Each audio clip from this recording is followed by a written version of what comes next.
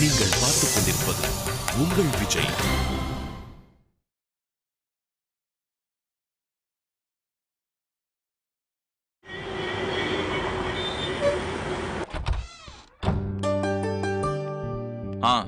சரி நான் அப்புறம் பேசுறேன். பாய். டேய், எதுக்கிட்ட என்ன பார்த்தவன ஃபோன் கட் பண்ற? இது சும்மா வெட்டி பேச்சு மச்சி. நீ வர வரைக்கும் டைம் பாஸ் ஆகணும்ல, அதான். உன்னை எதிர்க்க உட்கார வச்சு பேசினா உனக்கு கோவம் வரும். எதுக்கு ஒம்பு? அப்போ என்ன கூப்பிட்டது கூட டைம் பாஸுக்கு தானே? No no no no. நீ ஒரு ஸ்ட்ரிக்ட் ஆஃபீஸர் மச்சி. உன் டைம் எல்லாம் நான் வேஸ்ட் பண்ணுவேனா? இந்த பில்டப்லாம் போதுண்டா. விஷயம் என்னன்னு சொல்லு. மச்சான், சீன் ஆரம்பிக்கிறதுக்கு முன்னாடி விஷயத்த சொன்னா ரொம்ப போர் அடிக்கும். எப்போதுமே முடியும் போது சொன்னதான் கிக்கா இருக்கும். இல்ல, எனக்கு நிறைய வேலை இருக்கு. நீ போய் சொல்லு. சீனை கொஞ்சம் இழுக்கலாம் பார்த்தா விட மாட்ட போல இருக்க. சரி சரி, டென்ஷன் ஆகாத. நான் டேரக்டா பாயிண்ட்டுக்கே வந்துடுறேன். அது ஒன்றும் இல்லை மச்சி. விஷ்ணு சார் லாஸ்ட் மந்த் மீட்டிங்ல ஒரு மலேசியன் கம்பெனி ப்ராஜெக்டை பத்தி சொன்னார்ல. ஆமா, எப்போ வேணா ஓகே ஆகும், கிளம்ப தயாரா இருங்கன்னு சொன்னாரு. அது கன்ஃபார்ம் ஆயிடுச்சுடா. நிஜமாடா சொல்ற? சூப்பர்ரா. என்னடா இவ்வளவு சந்தோஷப்படுற? நல்ல விஷயம் தானடா. அப்போ மலேசியா போறதுல உனக்கு எந்த பிரச்சனையும் இல்ல. ஓகே, இன்னும் 10-15 டேஸ்ல கிளம்புற மாதிரி இருக்கும். ரெடியா இரு. இதுல என்னடா பிரச்சனை இருக்கு? ஏற்கனவே எதிர்பார்த்தது தானே. இது நீ எதிர்பார்த்தது தான். ஆனா நீ எதிர்பார்க்காத ஒரு சர்ப்ரைஸை நான் சொல்ல போறேன். அடச்சி சொல்லு. பிளான்ல ஒரு சின்ன சேஞ்ச். என்ன? மலேசியன் கம்பெனி மீட்டிங்க்கு நான் வரல. நீயும் ராஜியும் மட்டும்தான் போறீங்க.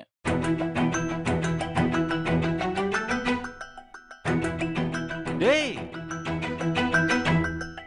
மச்சி, மலேசியா போறதுல ஒரு பிரச்சனையும் இல்லைன்னா இப்ப என்னடா பேரஞ்சமாயிட்ட? டேய், உன்னை கொன்றுவேன்டா. எதுக்குடா நீ வரல? இல்ல, கொஞ்சம் பர்சனல். விஷ்ணு சார்ட்ட ஆல்ரெடி நான் பெர்மிஷன்லாம் வாங்கிட்டேன். அவர் தான் கார்த்தியும் ராஜும் போட்டும் சொன்னாரு. மச்சான், கூடி சீக்கிரம் உனக்கு ஒரு மெயில் அனுப்பி வைப்பாரு. டேய், ஏன்டா இப்படி பண்ண? நான் என்னமோ வேணும்னே பண்ண மாதிரி சொல்றேன். என் சுச்சுவேஷன் அப்படி. என்ன பெரிய சிச்சுவேஷன் உனக்கு? என்னை விட உனக்கு உன் பிரச்சனை பெருசா? இதெல்லாம் நீ சொல்லக்கூடாது. அவங்கவுங்களுக்கு அவங்கவுங்க பிரச்சனை பெருசுதான். பொண்டாட்டியோட தானே போற, சும்மா ஜாலியா போயிட்டு வாடா. டேய், நிலைமை தெரியாம பேசாத. 2 பேரும் பிரியிற ஸ்டேஜுக்கு வந்துட்டோம். இன்னும் பிரியல. சான்ஸ் கிடைச்சா ஜாயிண்ட் அடிச்சிடுறா. ஏய் சி, ஏன்டா அப்படி பண்ண? இவ்வளவு நடந்ததுக்கு அப்புறம் எப்படா நாங்க 2 பேரும், அதுவும் எவ்வளவு தூரம்? வேலைனா போய் தான் ஆகணும். பர்சனல் ஃபீலிங்ஸ்க்கு ப்ரொஃபஷனல்ல இடம் இல்ல. டேய், எப்படா? நாங்க 2 பேரும் பயங்கர மிஸ் அண்டர்ஸ்டாண்டிங்ல இருக்கோம். வாயை திறந்தாலே சண்டை தான் வருது. நாங்க பேசுறதே நிறுத்தியாச்சு. எப்படா அவ கூடலாங்கண்ணா? நான் எப்படி கிளையண்ட்டை கான்ஃபிடென்ட்டா ஹேண்டில் பண்ணுவேன்? அதெல்லாம் எனக்கு தெரியாது. நீ தான் அப்படியே சமாளிக்கணும். டேய், எப்படா நான் சமாளிப்பேன்? எங்க 2 பேர் மூஞ்ச பார்த்தாலே அவன் கண்டுபிடிச்சிருவான். இவங்களுக்குள்ள அண்டர்ஸ்டாண்டிங்கே இல்லையே. இவங்களை நம்பி ப்ராஜெக்ட் கொடுத்தா ஒழுங்கா பண்ணுவாங்களா இல்லையான்னு யோசிக்க மாட்டான். அதெல்லாம் எதுவும் யோசிக்க மாட்டேன் மச்சான். Project is already confirm. இது சும்மா ஃபார்மாலிட்டி மீட்டிங் தான்டா. நீ ஜாலியா போயிட்டு வா. ஏய், நான் சொல்றது உனக்கு புரியவே இல்லை. திடீர்னு பார்ட்டின்னு கூப்பிடுவானுங்க. அங்க ட்ரிங்க்ஸ் எல்லாம் இருக்கும். மச்சான், பார்ட்டினா ட்ரிங்க்ஸ் இருக்க தாண்டா செய்யும். காஸ்ட்லி சரக்கு மிஸ் பண்ண மாடிச்சிரு. அதுக்கப்புறம் ராஜோட மிஸ் அண்டர்ஸ்டாண்டிங்லாம் ஆட்டோமேட்டிக்கா அண்டர்ஸ்டாண்டிங்கா மாறுதா இல்லையான்னு பாரு.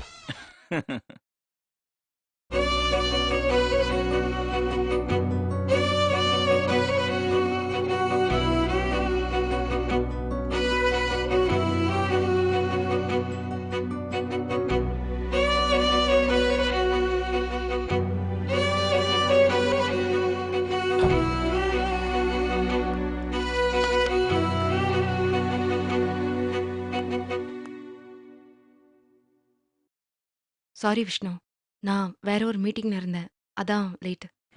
It's okay Raji. என்ன விஷயம்? ஒன்றும் இல்லை, இந்த மலேசியன் கம்பெனி ப்ராஜெக்டை பற்றி விஷ்ணு சார் சொன்னார்ல, அது கன்ஃபார்ம் ஆயிடுச்சு. இன்னும் 10-15 டேஸில் மலேசியா போகிற மாதிரி இருக்கும். ஓ, நான் வரல ராஜி, நீங்களும் கார்த்தி மட்டும்தான் போறீங்க.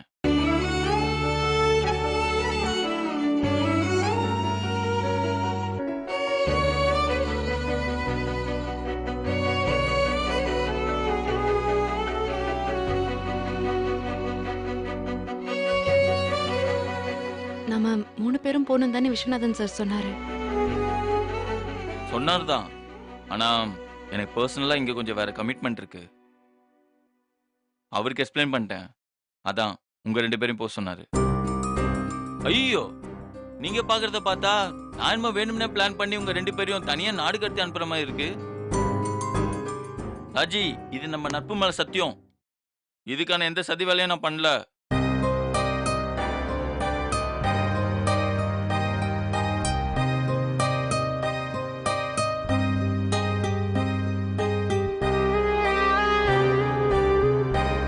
இன்ஃபர்மேஷன் கொடுத்ததோட வேலை முடிஞ்சது. அதுக்கப்புறம் ஓவர்சீஸ் பிளான் நீங்க 2 பேரும் டிஸ்கஸ் பண்ணிக்கோங்க. ஓகே, நான் கிளம்புறேன்.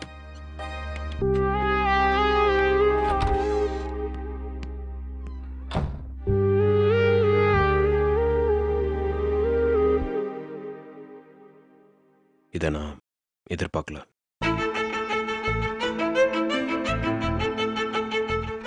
என் கூட வரதுல உனக்கு எதனா பிரச்சனைனா நீ வேணா விஸ்வநாத் சார் கிட்ட பேசிடு. எனக்கு ஒன்றும் பிரச்சனை இல்லை. உனக்கு பிரச்சனைனா நீ பேசிக்கோ. இல்ல, நான் எதுக்கு சொல்றேன்னா, அந்த மீட்டிங்க்கு அப்புறம் பார்ட்டி அது இதுன்னு அடிக்கடி கூப்பிடுவாங்க. அதான். அதனால என்ன? சிச்சுவேஷன் எப்படி இருந்தாலும் நாம கரெக்டா இருந்தா போதும். எனக்கு ஒரு பிரச்சனையும் இல்லை.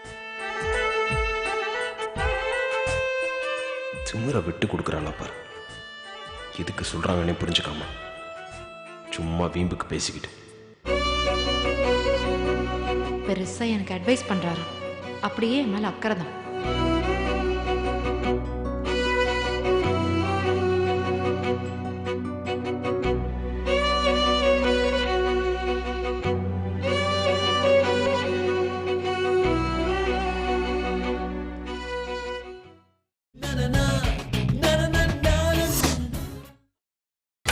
நீங்கள் பார்த்துக் கொண்டிருப்பது உங்கள் விஜய்.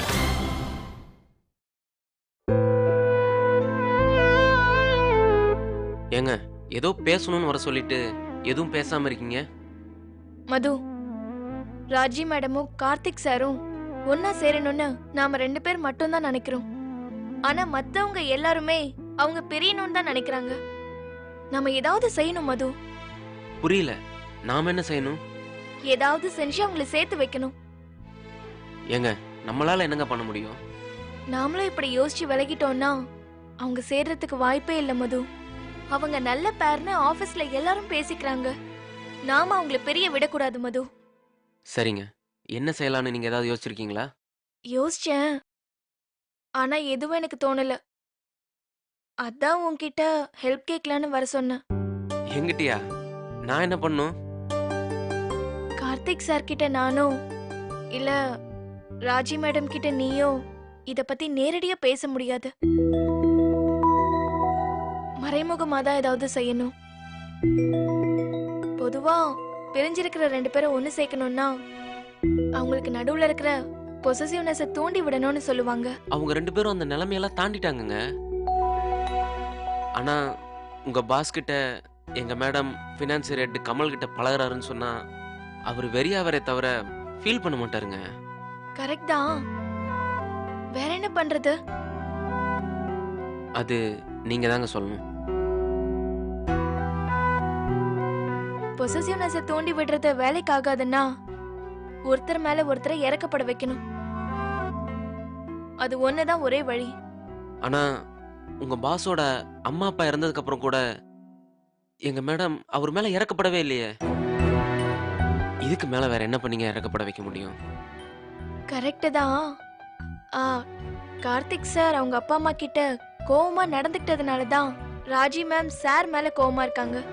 ஒருவேளை கார்த்திக் சார் அவங்க அப்பா அம்மா கிட்ட சமாதானமாகி அதுக்கப்புறம் இப்படிலாம் நடந்திருந்தா மேடம் கண்டிப்பா அவர் மேல இறக்கப்பட்டிருப்பாங்க. ஏங்க, இறக்கப்பட்டு வரதுக்கு பேர் காதலா இருக்க முடியுமாங்க? புருஷன் பொண்டாட்டிக்குள்ள காதல் எப்படி வந்தா என்ன? வந்தா ஓகே தானே? அதுவும் சரிதான். ஏங்க, அவங்க 2 பேரும் ஒருத்தர் மேல ஒருத்தர் பரிதாபம் பண்ணணும்னா என்ன பண்ணணும்? யாருக்காவது ஏதாவது ஆகணும்.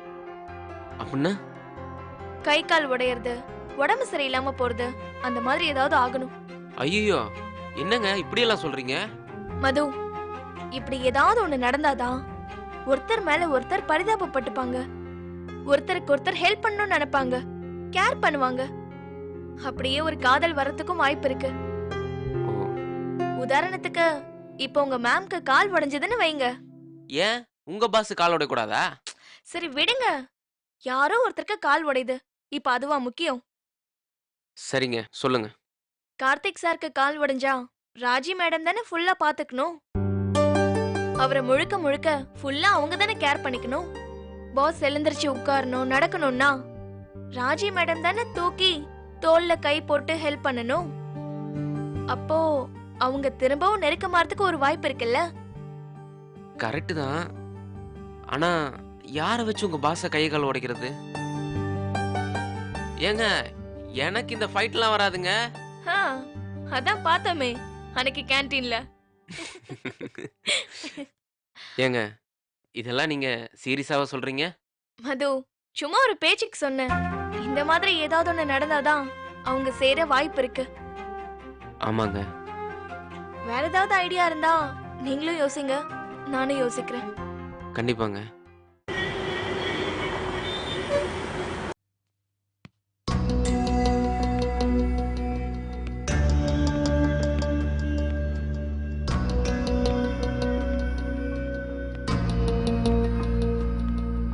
ச்சே.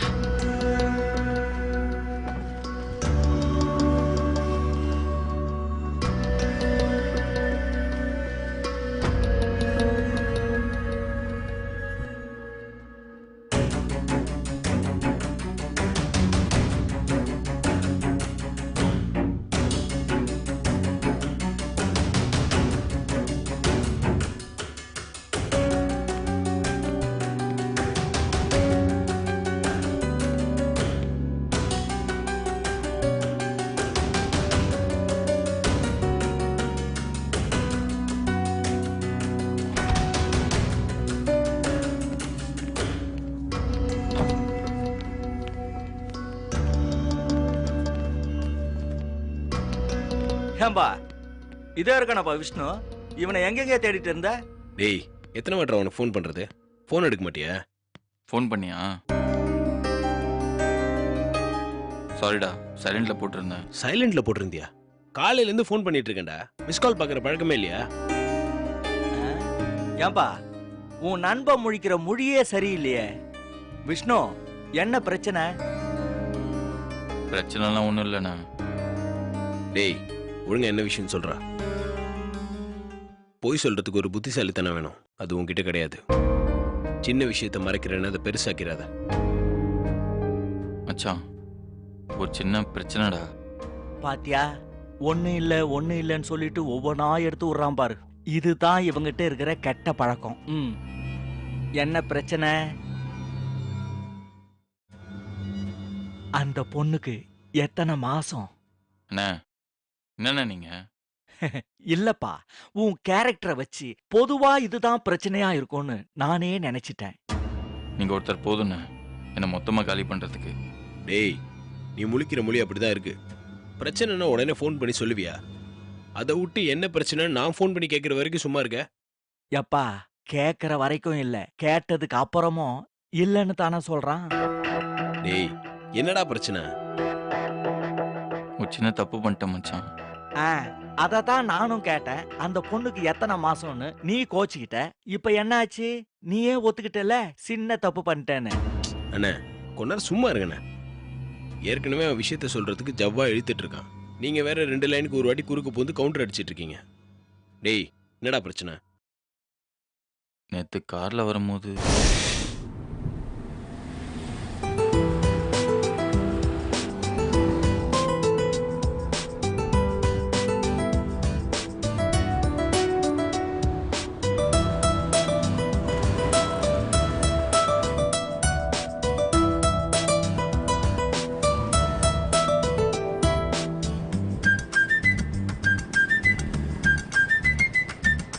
என்ன மணி, வாட்ஸ்அப் பையன் ரொம்ப டிஸ்டர்ப் பண்றான் போல இருக்கே.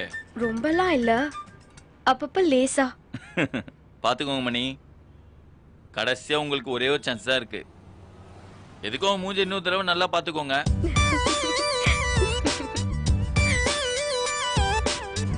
என்னங்க என்ன பாக்குறீங்க? உங்க போன்ல வச்சிருக்கான் போட்டோவை பாருங்க. எனக்கு இவன் எப்பவோ ஓகே தான். ஆனா எனக்கு இவன் சூட் ஆவானா இல்லையான்னு நீங்க சொன்னாதான் நான் கட்டிப்பேன். சொல்றேன்.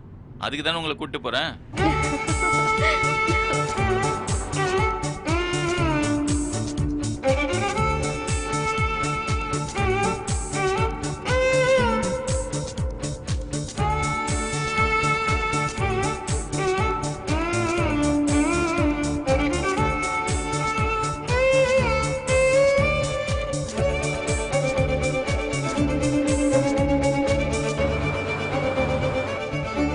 ஆனா ஆள் உங்களோட கொஞ்சம் கலர் தான்ல? கொஞ்சமா எக்கச்சக்கமா அநியாயத்துக்கு. அவரோட காம்ப்ளெக்ஷனை பார்த்தா எனக்கே கொஞ்சம் காம்ப்ளெக்ஸா தான் இருக்கு. ஆக்சுவலி அவன் டெய்லி 2-3 டியூப் ஃபேரல் யூஸ் பண்ணுவானோ? போட்டோவை பார்த்தா அப்படி தெரியல. நேச்சுரல் டோன் மாதிரி தான் இருக்கு. சரி, நீங்களா ஒரு நாளைக்கு எத்தனை டியூப் ஃபேரல் யூஸ் பண்ணுவீங்க? கலாய்க்காதீங்க விஷ்ணு. சேச்சா, கலர்ல என்னங்க இருக்கு? மைதா மாவு கூட தான் வெள்ளையா இருக்கு. ஆனா இதுல ஏதாவது சத்து இருக்கா? பரோட்டாவெல்லாம் சாப்பிடவே கூடாதுன்றாங்க. It's a very dangerous food. ஆனா கோதுமை மாவு பாத்தீங்கன்னா பார்க்க கொஞ்சம் கலர் கம்மியா இருந்தாலும் ஃபுல்லா சத்து அண்ட் எனர்ஜி. அதுதான் உடம்புக்கு எப்போதுமே நல்லது. அதுக்கும் காம்ப்ளெக்ஷனுக்கும் என்ன சம்பந்தம்? வீட் காம்ப்ளெக்ஷன் இஸ் ஆல்வேஸ் பெஸ்ட். ரொம்ப வெள்ளையா இருந்தா அது ஒன்றும் பெரிய பிளஸ்லாம் இல்லை. அதுக்குள்ள இருக்க மனசு வெள்ளையா இருக்கான்னு தான் பார்க்கணும். அதுதான் ரொம்ப முக்கியம். மணி, வாட்ஸ்அப் பையனோட கலரை பார்த்து உங்களுக்கு கொஞ்சம் காம்ப்ளெக்ஷனா இருக்குன்னு சொன்னீங்களே, அதுக்கு தான் இந்த கம்பேரிஷன்.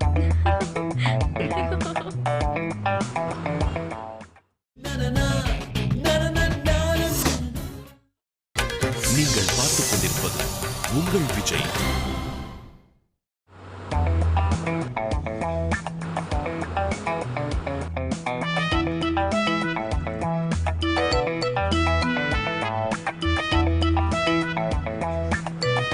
ஏங்க, ஒரே போட்டோ எவ்வளவு நேரங்க பார்த்து ரசிப்பீங்க? யார் பெத்த புள்ளையோ, உங்க கண்ணு வேற நல்ல மையெல்லாம் தடவி பெருசா இருக்கு. பாவம், அவனுக்கு திருஷ்டி பற்ற போதுங்க. நான் அந்த போட்டோவை தான் பார்த்துட்டு இருந்தேன்னு உங்களுக்கு யார் சொன்னா? இல்லையா? அப்ப இது வேற ப்ரொபோசலா? என்ன பண்றது, ஒன்னும் கொஞ்சம் அழகா இருந்தா 100 ப்ரொபோசல் பண்ண தான் செய்வாங்க. மணி, நல்லா அலசி ஆராய்ஞ்சு செலக்ட் பண்ணுங்க. ஹலோ, ஃபோன்ல நான் ஒன்றும் சுயம்வரம் நடத்தல. என்கிட்ட இருக்கிறது அவன் ஒருத்தனோட போட்டோ மட்டும்தான். கொஞ்ச நேரத்துக்கு முன்னாடி அவன் போட்டோலாம் பார்க்கலன்னு சொல்லி கோச்சிக்கிட்டீங்க. அதே போட்டோவை பார்க்கலன்னு சொன்னேன். ஆனா அவனோட வேற போட்டோஸ் நிறைய இருக்கே. வேற போட்டோஸா? சூப்பரா போஸ் கொடுத்திருக்கான். என்ன ஸ்டைலுங்கிறீங்க? எல்லா ஆங்கிள்லயும் வா, சான்ஸே இல்ல. He is really so handsome. Oh my god, மணி, நீங்க நல்லா ஏமாத்திட்டீங்க. நான் என்ன ஏமாத்தினேன்? நான் ஓகே சொல்லணுன்றதுக்காக இருக்கிறதுல அவனோட கொஞ்சம் சுமாரான போட்டோவா பார்த்து ஃபில்டர் பண்ணி எனக்கு அனுப்பியிருக்கீங்க. Very bad. இதெல்லாம் செல்லாது, இந்த டீல்ல செல்லாது மணி. உங்க விஷயத்துல என்னால ரிஸ்க் எடுக்க முடியாது. ஏன்? அவனை நான் ஒரு ஆங்கிள் வச்சு ஜட்ஜ் பண்ணது தப்பு. அவனோட எல்லா போட்டோஸ் எனக்கு உடனே அனுப்புங்க. வேணா, அப்புறம் உங்களுக்கு பொறாமை ஆயிடும். இந்த கதையெல்லாம் விடாதீங்க, சும்மா அனுப்புங்க மணி. அவன் என்னதான் சீன் போட்டிருக்கான் நானும் பாக்குறேன். விட மாட்டீங்க போல இருக்கே. ஆமா, விட மாட்டேன். சீக்கிரம் அனுப்புங்க மணி. அத வேற எதுக்கு விஷ்ணு அனுப்பிக்கிட்டு? இந்தாங்க, இதுலயே பாத்துக்கோங்க. நோ நோ நோ, உங்க மொபைல் உங்கள மாதிரி சின்ன சைஸா இருக்கு. அதுல அவன் மூஞ்சி சரியா தெரியாது. ஆனா என் போனை பாருங்க, 5 inches டிஸ்பிளே. அவன் மூஞ்சில சின்ன ஃபால்ட் இருந்தாலும் நல்லா தெளிவா காட்டி கொடுத்துரும். சும்மா பேசி டைம் வேஸ்ட் பண்ணாதீங்க, சீக்கிரம் அனுப்புங்க. இது அனுப்புறேன். சீக்கிரம் சீக்கிரம் அனுப்புங்க.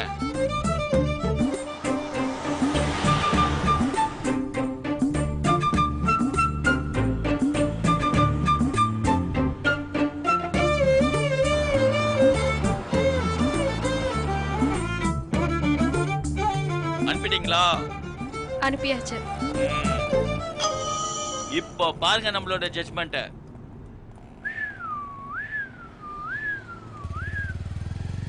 செல்லம், அப்பா வீட்டுக்கு தானே வந்துட்டு இருக்கேன், உனக்கு என்ன வாங்கிட்டு வர சொல்லு.